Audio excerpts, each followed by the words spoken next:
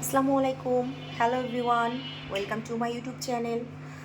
আমি আজকে আপনাদের সাথে শেয়ার করব কিভাবে লতি দিয়ে সর্ষে ইলিশ রান্না করা হয়। প্রথমে আমি আধা কাপ তেল ফ্রাই প্যানে দিয়েছি এবং তেলটা গরম হচ্ছে।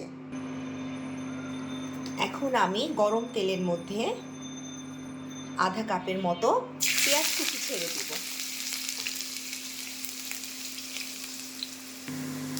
পেঁয়াজ কুচিগুলো একটু ভালো করে ভাজা ভাজা করে নিতে হবে। পেঁয়াজটা ভাজা হলে এখানে 2 চামচের মতো আদা রসুন ছেড়ে দিব।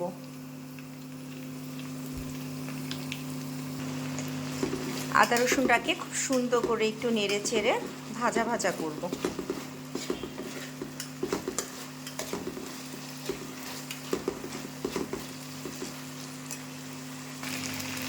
আদা রসুনটা ভাজা ভাজা হয়ে গেলে আমি এখানে কিছু কাঁচামরিচ অ্যাড করব,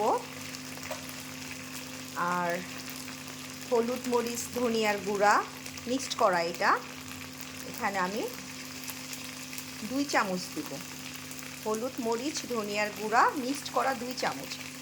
আর এখানে 1 টেবিল চামচের মতো আমি শুধু মরিচের গুঁড়াইটা আমি দিয়ে দিব, কারণ তরকারিটা ঝাল না হলে ভালো লাগবে না।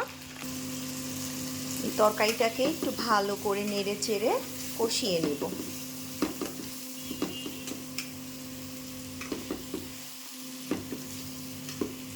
সামান্য একটু ঝোলের পানি দিয়ে দিব, কষানোর পানি।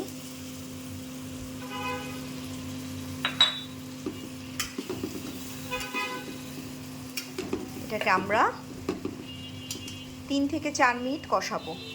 3 থেকে 4 মিনিট ভালো করে কষিয়ে নেব। দেখেন আলহামদুলিল্লাহ কালারটা এখনই অনেক সুন্দর চলে আসছে।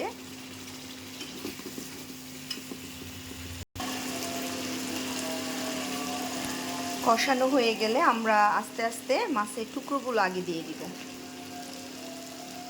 মাছের টুকরোগুলো আগে আমরা দিয়ে দিব।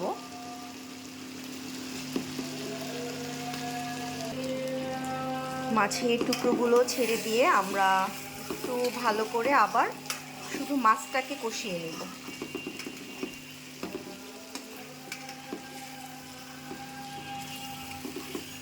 শুধু মাছটাকে কষিয়ে নেব।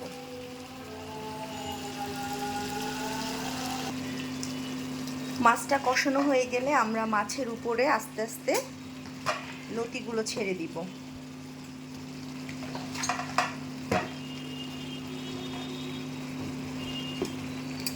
তারপরে আমরা তরকারিটা নেড়ে চেড়ে আবার আমরা এটা 2 মিনিটের মতো কষাবো। আমরা 2 মিনিটের মতো কষিয়ে নিব। 2 মিনিট কষানোর পরে আমার তরকারিটা এই পর্যন্ত আসছে। দেখেন ঝোলটা শুকিয়ে গেছে। এখন আমি এখানে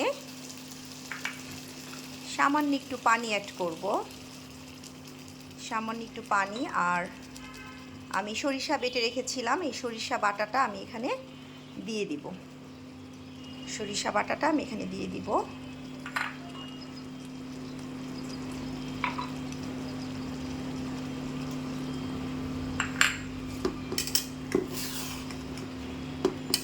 হালকাভাবে নেড়ে দিব যাতে মাছগুলা না ভাঙে।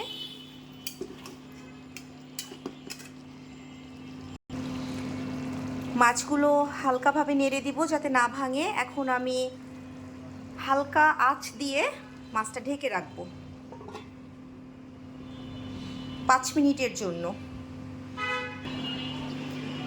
ভাপে রেখে 5 মিনিট পরে আমরা উঠিয়ে ফেলবো। তারপরে সামান্য একটু ধনিয়া পাতা ছিটিয়ে দিব, দিয়ে আবার 1 মিনিটের জন্য আমরা ভাপে রাখবো।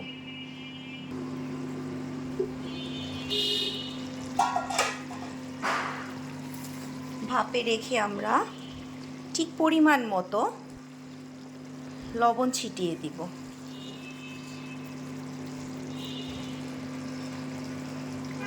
আমরা আবার একটু ভাপে রাখবো। এখন আমরা 1 মিনিট পরে দেখব। আলহামদুলিল্লাহ পানিটাও শুকিয়ে গেছে, রান্নাটাও শেষ হয়ে গেছে।